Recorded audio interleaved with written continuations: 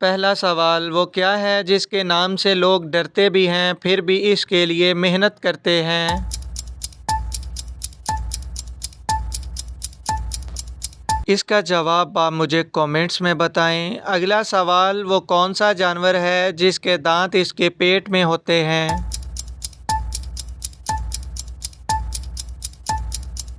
जवाब है केकड़ा। अगला सवाल, वो कौन सी चीज़ है जिसमें चीनी डाली जाती है मगर वो मीठी नहीं होती?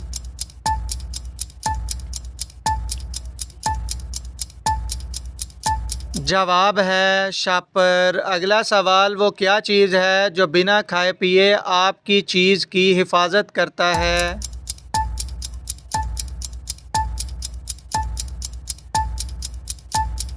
जवाब है ताला। अगला सवाल, दुनिया का सबसे बड़ा परिंदा कौन सा है?